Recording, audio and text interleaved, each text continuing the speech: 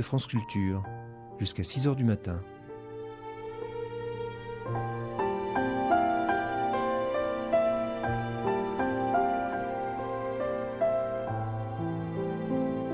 France Culture la nuit, une mémoire radiophonique. Dans la série Grands musiciens, voici le 3e volet d'un portrait du chef d'orchestre Sergiu Celibidache par Laetitia Leguet. Nous ne verrons pas le maître au pupitre, le chef exigeant, impérieux, mais le professeur dans la transmission. C'était pour lui la plus grande tâche humaine possible. Un dialogue socratique dont témoignent quelques élèves que les propositions du musicien ont médusé. Voici donc Sergiu Celibidache, le professeur, le pédagogue.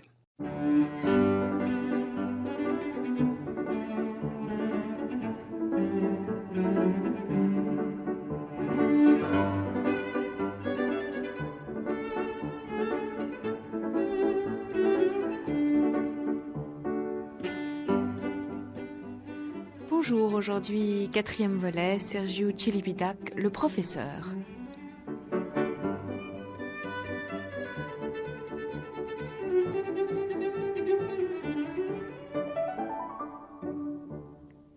Il existe en chacun de nous la possibilité de laisser s'exprimer la beauté, disait Celibidache. À nous revient le soin de trouver ce qui la cache.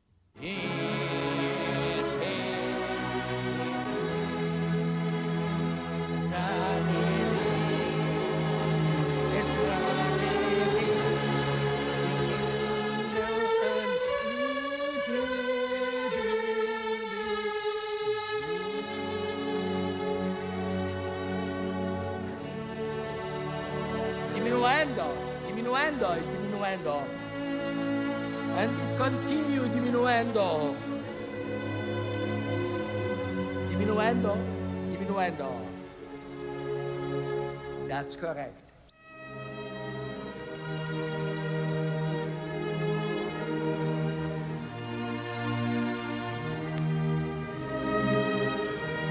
Scendo.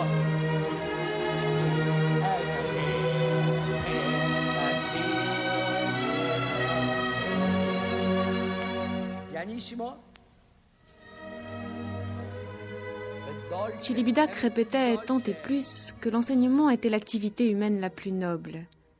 Cet enseignement prenait des formes multiples. D'abord, toutes ces répétitions étaient ouvertes au public. Il pensait que c'était un moyen pour que les spectateurs entrent avec lui dans la musique. Et puis, il voulait que ses élèves puissent bénéficier aussi de son travail avec l'orchestre. Celibidache a eu beaucoup d'élèves. Des dizaines d'apprentis chefs d'orchestre pour qui travailler avec lui a été un vrai voyage. Un voyage au sens propre d'abord, parce qu'il fallait qu'ils le suivent à Munich, à Mayence, à Paris, et qu'ils fixent leurs déplacements sur les siens, pour assister à ses cours, à ses concerts, à ses répétitions, ce qui, matériellement, n'était pas toujours très commode. Le voyage aussi était intérieur. Celibidache voulait que ses élèves trouvent par eux-mêmes. Pour cela, il fondait son enseignement sur un système de questions et de réponses. Quelle est la différence entre le scherzo avant et après, disait-il par exemple, ou encore, qu'est-ce que le juste tempo? Comme il était extrêmement exigeant, les malheureux qui ne donnaient pas la réponse étaient en général rabroués, presque ridiculisés en public. Ces méthodes ont fait dire que Celibidache était à mi-chemin entre le gourou et le charlatan, qui ne faisait que casser ses élèves, qu'il avait des méthodes staliniennes, qu'il ne connaissait rien à la pédagogie, et que c'est d'ailleurs pour cela qu'il n'avait pas eu de successeur. Il n'empêche que ceux qui sont passés entre ses mains confient autre chose. Ils disent qu'ils se sont sentis aspirés vers le haut, portés à trouver le meilleur d'eux-mêmes en eux-mêmes.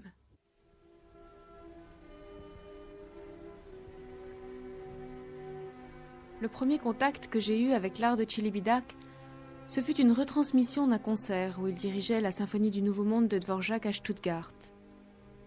En dépit de la mauvaise qualité de ma radio, j'ai immédiatement été fascinée par la manière dont son orchestre sonnait. Je me suis dit que cet homme avait les clés d'un monde que je ne connaissais pas.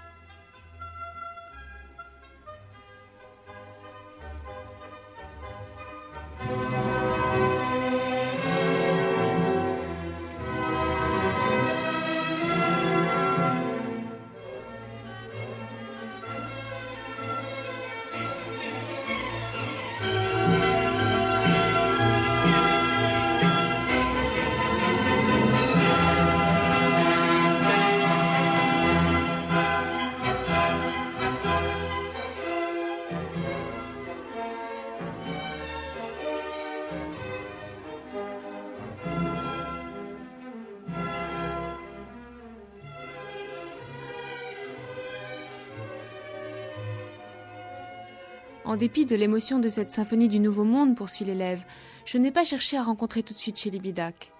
Je n'imaginais pas à l'époque combien il était facile de l'aborder. Ce n'est que 6 ans plus tard que je suis tombée sur une publicité pour un séminaire intitulé « Phénoménologie de la musique » par Sergiu Celibidache. J'ai donc rencontré pour la première fois Celibidache en 86 à Cluny. Je suis arrivée dans une grande salle où une centaine de personnes étaient assises. Sur l'estrade, un vieux monsieur, avec ses longs cheveux blancs et sa gourmette qui résonnait sur la table, attendait tranquillement que tout le monde soit installé. Il a alors ensuite lancé son « Bonjour à tous », que j'ai entendu tant de fois par la suite.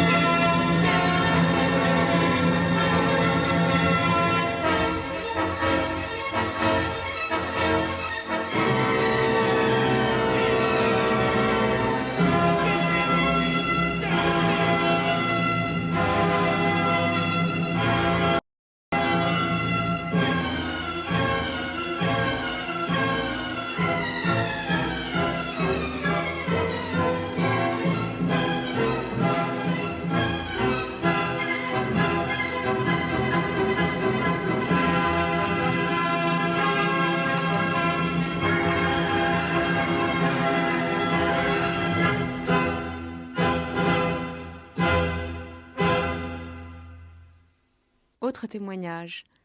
Au cours de mon adolescence passée à Munich dans les années 80, j'allais au concert au moins une fois par semaine. J'avais l'impression d'entendre pour la première fois les œuvres les plus éculées du répertoire. J'oubliais totalement le lieu, le ton, le monde environnant. Peu à peu, Celibidache prit place dans ma vie quotidienne.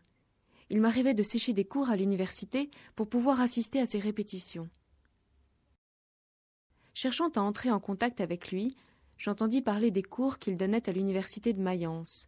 J'appris aussi qu'il existait à Munich une classe de direction d'orchestre qui travaillait régulièrement avec le maestro.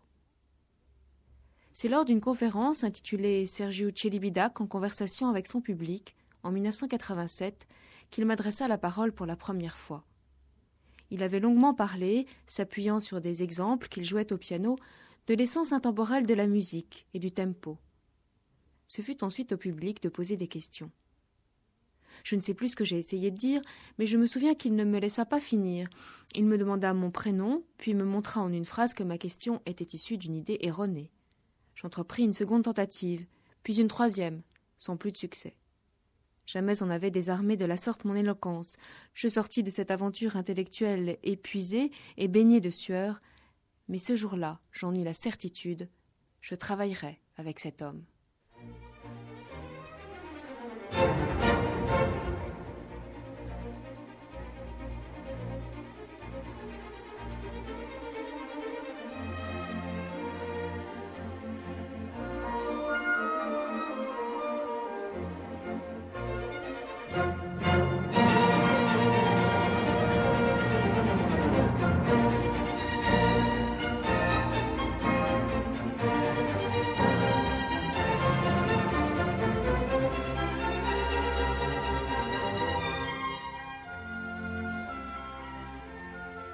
Mai 92, Celibidache et la Philharmonie de Munich dans la 4e symphonie de Beethoven.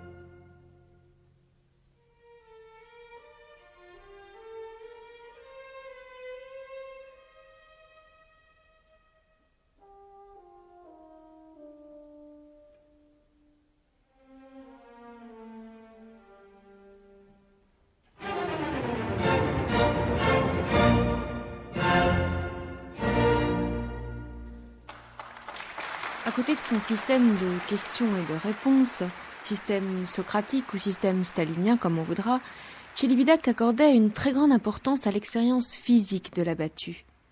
Il voulait que ses élèves sentent dans leur corps le geste juste, d'où des séances mémorables, presque comiques.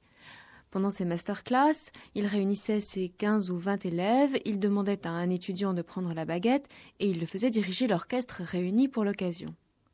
Pendant le même temps, tous les autres étudiants devaient se mettre sur le côté et battre la mesure en groupe, comme s'ils dirigeaient. Chez lui aussi, Celibidache donnait des cours. Pour faire travailler ses élèves, il faisait venir des quatuors à cordes dans son appartement. Le but était toujours le même, que les étudiants ressentent physiquement le tempo, qu'ils apprennent le geste précis des attaques, sachent indiquer correctement les entrées. Celibidache faisait expérimenter avec 4 instruments ce que le futur chef aurait ensuite à faire avec un orchestre entier.